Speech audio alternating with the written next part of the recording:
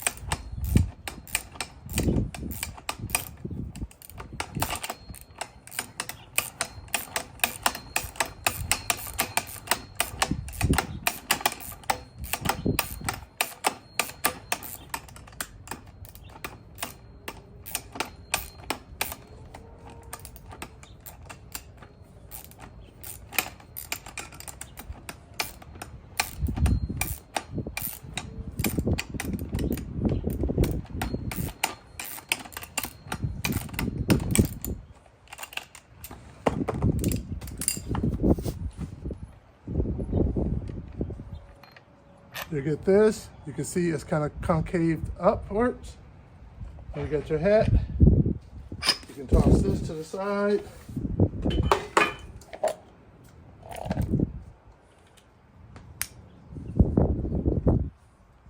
Just goes on there. Make sure that little washer is on there.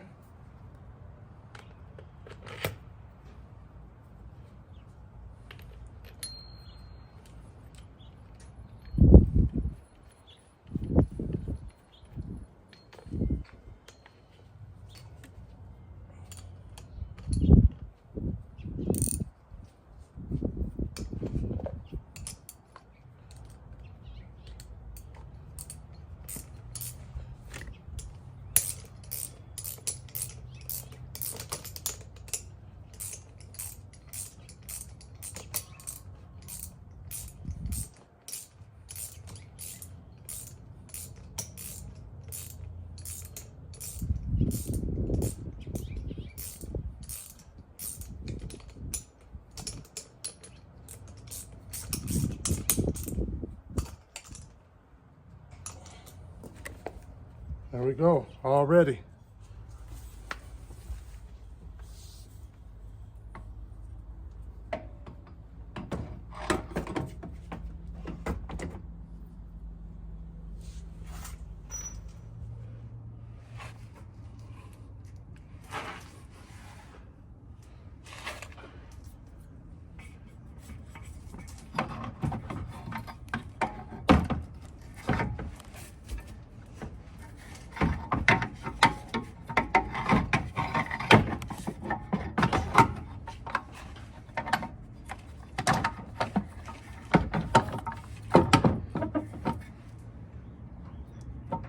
Put lots of anti-seize on your boat. That way you don't have any troubles with it in the future.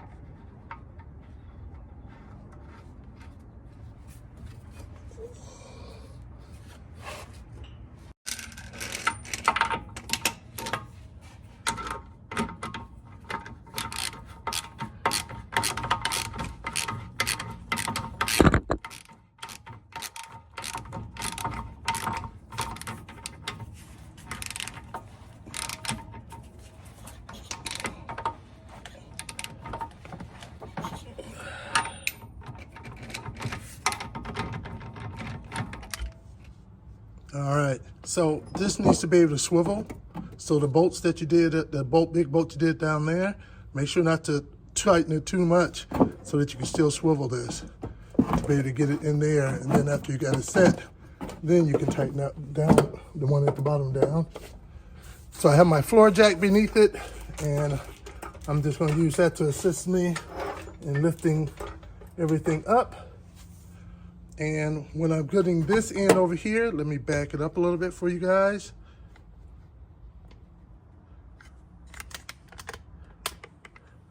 This right here, the airbag itself is over here. You can see it's on an angle right here. I'm gonna need to push it back while at the same time loading this up too. So both of those need to be done at the same time.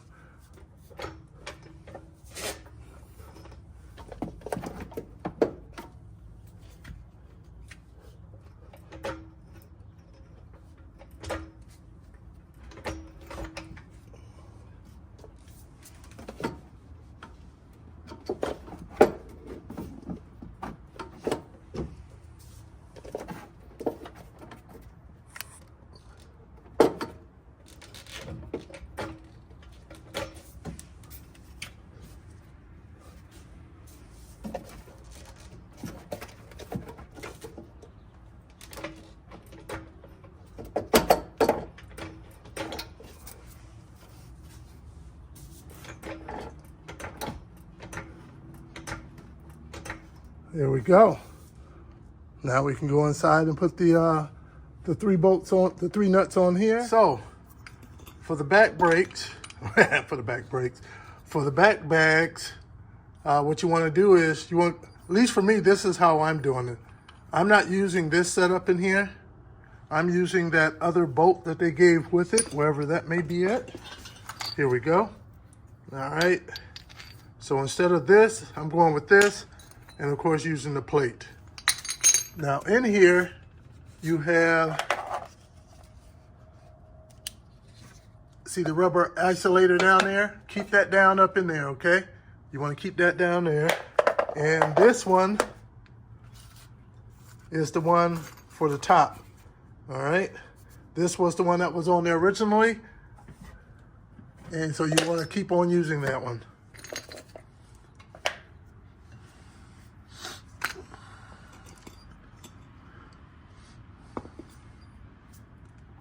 Now that hole in the bottom down here, that screw hole that this is gonna go into, that is the bottom. So this is the top right here, okay? And you wanna set up your valve to be in the direction that you feel you need it to be in. There it is sticking out through there. And it's pretty straightforward and easy. Just going to take it and set it up in there like so.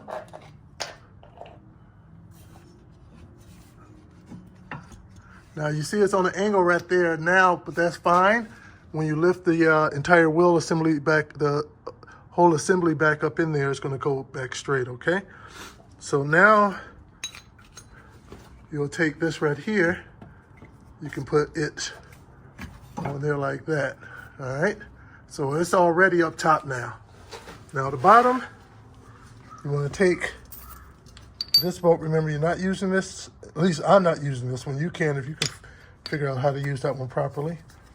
Put a little lactate on there.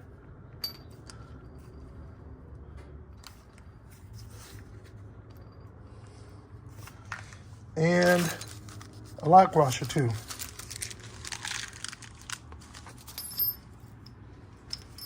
All right, so we'll take that. Maybe I should put the washer on there first, hey? So there's the lock washer. We'll take this here, put that on there. Then we'll go at it from the bottom.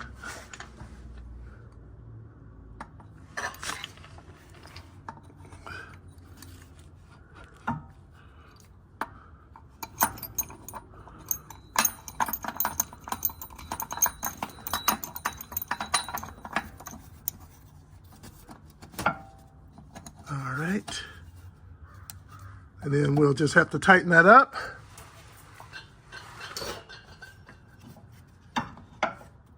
And keep the valve where about you think you need it to be at for your setup. All right, that's how the rear setup is looking back there. And now we go into the trunk.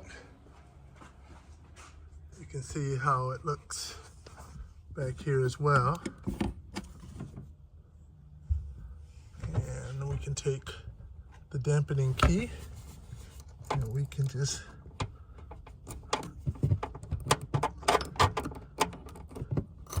put it in there. All right. Now figuring out a way to have access to that dampening key to adjust stiffness will be something to figure out the best way to do it. Well, where we'll have to take apart everything and pull everything out just to get to there to adjust the dampening. All right, so here's a little bit of extra information for you, something they don't tell you ahead of time, all right? So, you see that opening right there? Well, that is too small for the diameter of this right here. And they don't let you know that until after you have it, the kit. And you call in, you ask them about it. It won't fit in there. It's just not going to, the diameter too big. They say they made it bigger because when they were thinner to be able to fit in, these would break. So they had to beef them up a bit to make them thicker and more sturdy, which makes sense. So they say you have to drill out this up in here to accommodate this larger size. Sounds fine and everything, but here's the thing. You see these two right here? I bought these in advance so I wouldn't have to decompress the springs and everything to get the ones on when they're off. So I was just gonna bolt these right up. Well, after I learned I needed to drill them out, I like, okay, fine. Pick up the drill bit, start drilling them out. Now, you have to remember, these are original on your car, right? So they are, what, over 10 years old. So you have a metal bushing inside of this rubber bushing. This metal bushing needs to be drilled out to a larger size. Now, if you're starting to drill and you're doing that rotational drill that's going in there, this bushing isn't made for that rotational type thing. It's made for, you know, more for dampening the vibrations and everything. And so it'll be easy to rip that out. Ask me how I know. Here it is, ripped out of there. And also too, when you're doing it, it's going to heat up this metal when you're drilling up in there. And when that metal gets heated up, it's going to soften the rubber and release that metal bushing from that. How do you know? How do I know? Because that's what happened on this one. But what I've done, I've learned in the process too as well. So instead of just using a drill bit to do that, what you should use is where are you? You're around here somewhere. Where did it go?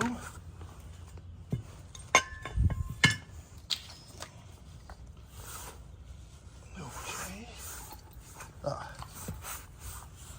You should use a step-up bit. And you want this particular one right here that is, let's see here, I believe the size is on here someplace.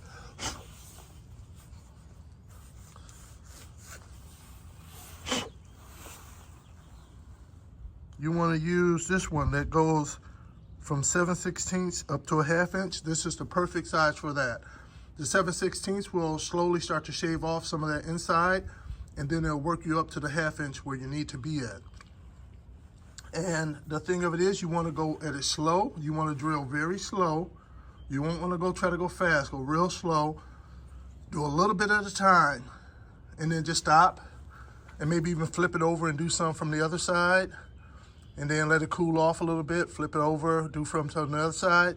You know, just allow yourself about 30 minutes to do each one. Okay, that way you won't rush, and don't try to do it fast. If you start seeing that it's starting to torque this way from it, stop. You know, regroup. Because you don't want that, because it'll rip that bushing out of here. You can't buy these anymore. You can't just go on eBay or any place and just pick these up.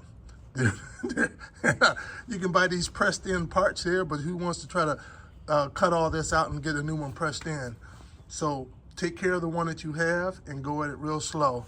So I was able to successfully do one, and I'll show you that it does work. So this is the one that I drilled out, and as you can see,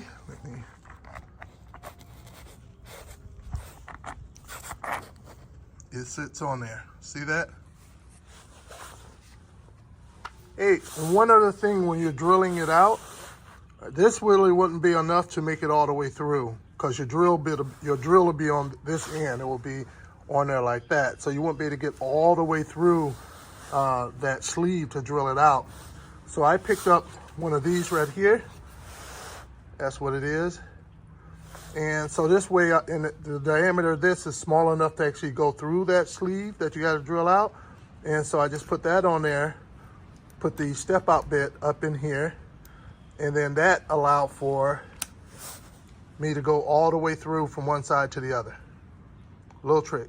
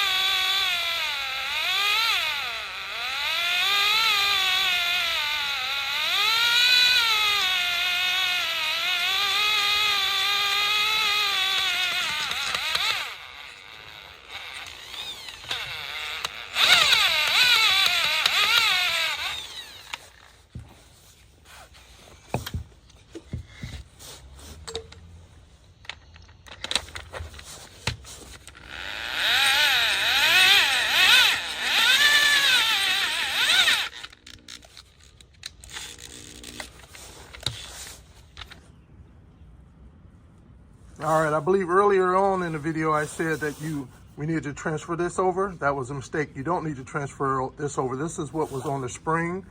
It would have been up in here like that, and the spring would have been beneath it. I checked with Airtekk just to make sure, and they said, no, this right here should get mounted directly to here. I was wondering because, you know, that sleeve right here, it really comes in contact with this right here, but not really the rest of it, just simply because this protrudes out further. So I was wondering, did anything need to go up in there? But they said nope, just go straight on there as is. So when you do put this on here,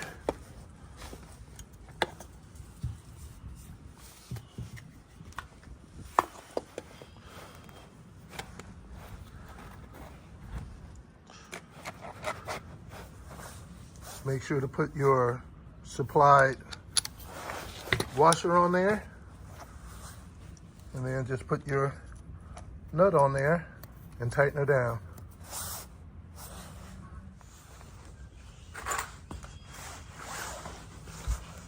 All right, this is for my all-wheel drive buddies. Make sure to put this back on the bottom beforehand.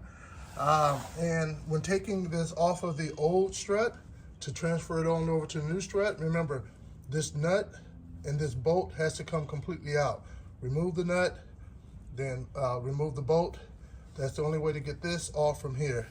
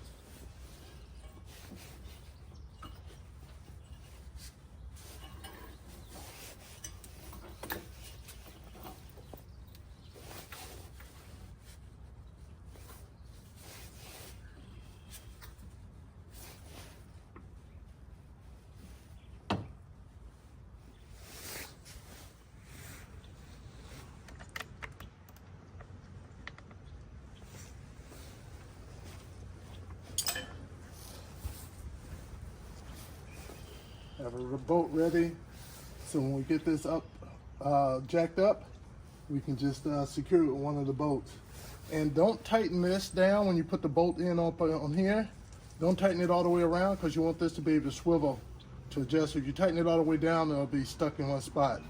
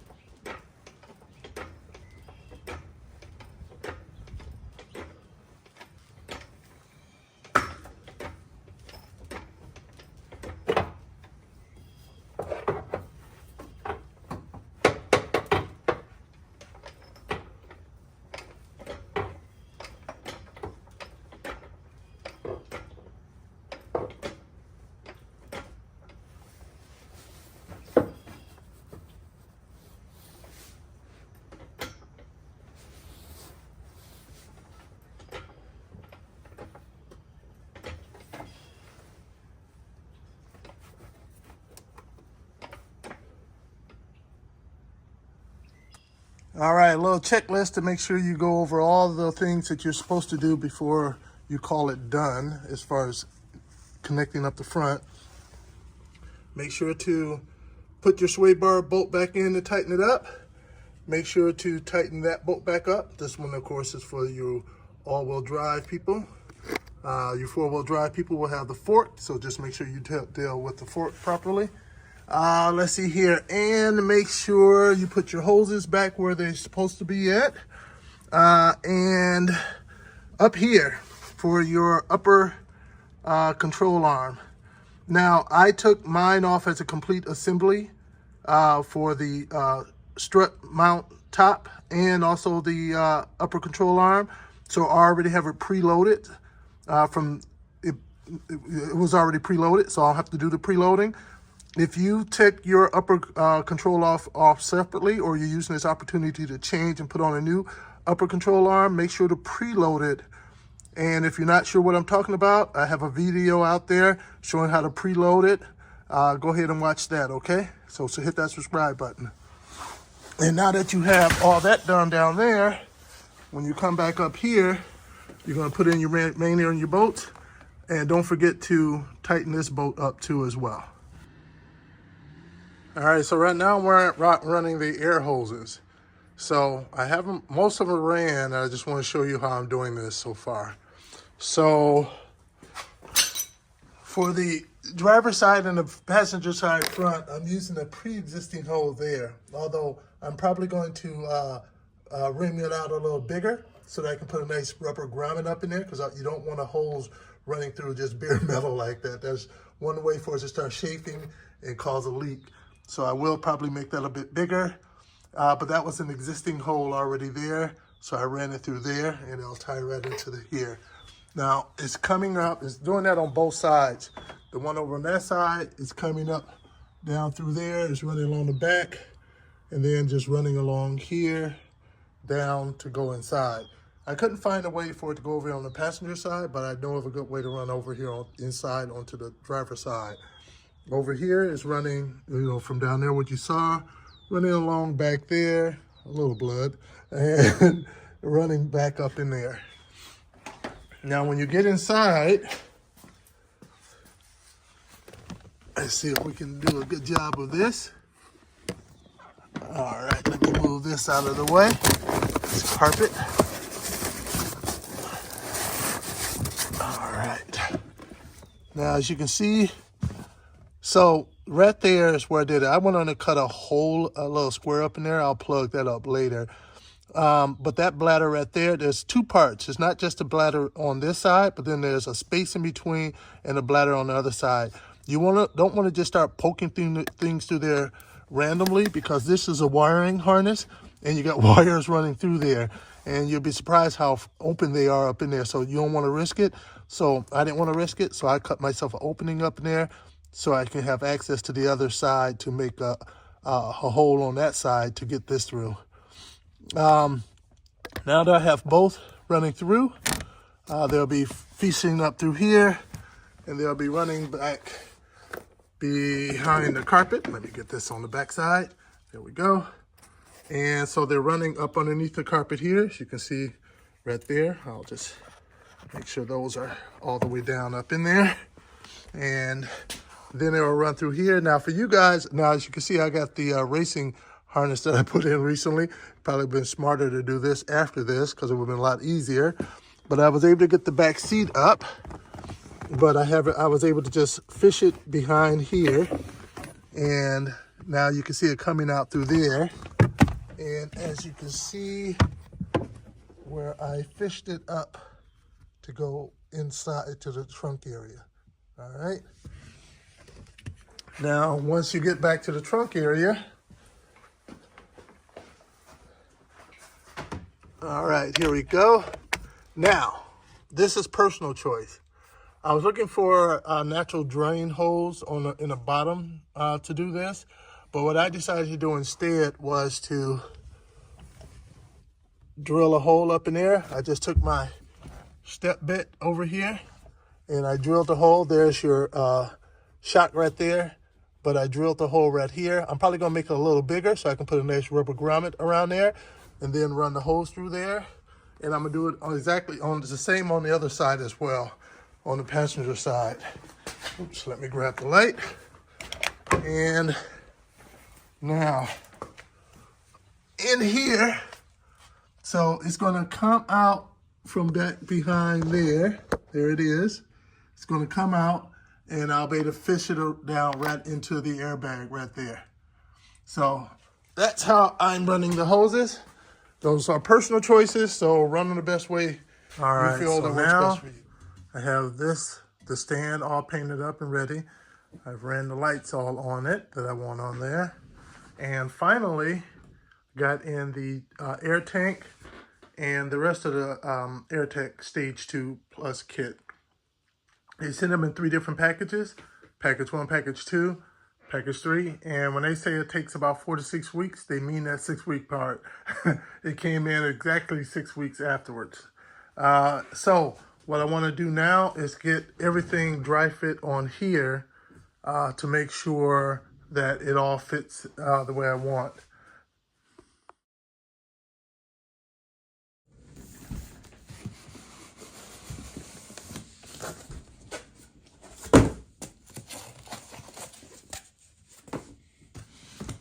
All right.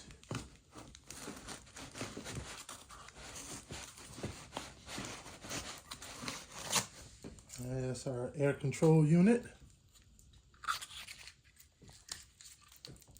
It's taller than I thought it would be, so I have to make sure I didn't. Put it in the wrong angle for the stand that I'm using. We have our wireless remote control. This right here is going to be one of the relays. Let's see here. This right here would be for the water.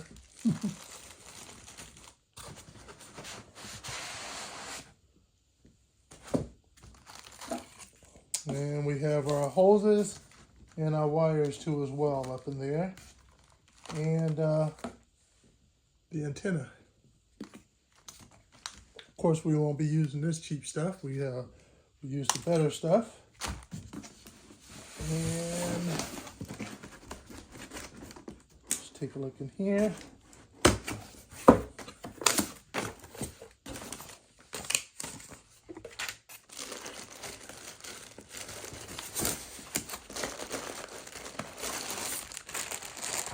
So the air filters.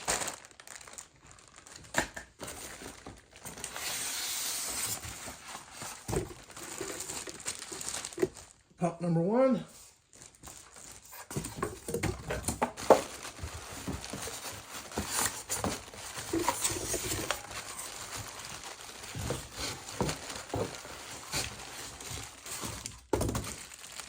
And pump number 2. All right, so this major mess right now is just me doing a dry run. I don't want to get everything all prettied up and turn out something is messed up or not working and have to pull it all back out. So I just set it all up in here, did a raw hookup of everything. You see wires everywhere, tubes everywhere. I have the the battery hookup to the battery, the ground, and this right here is the ignition one. So I'm just going to put it on the power here. See how that goes. No.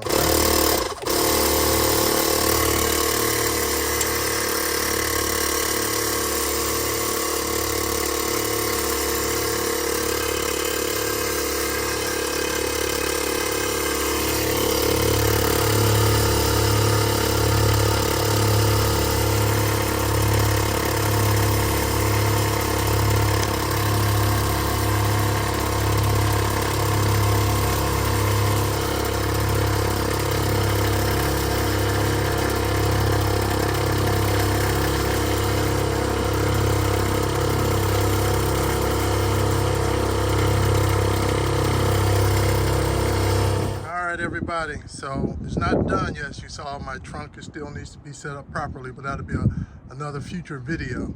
So this right here is just the first rough setup.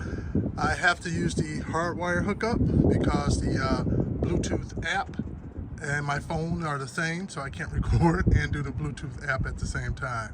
So let's see here. I haven't learned all of how to do it all yet, so so bear with me. And I don't have everything adjusted properly as far as the heights on everything, but this is the first initial. This will be rear, and that'll be front. This tuck's pretty good, hey? And I'll do the rear up. I'll do the front up. Of course, I gotta learn how to do them all at the same time. Let's do that rear drop again. Do that front drop again. All right. So there we go. So that's how we get it all installed. I will be doing a video showing the final setup in the trunk. I will be doing a video on how to adjust these properly.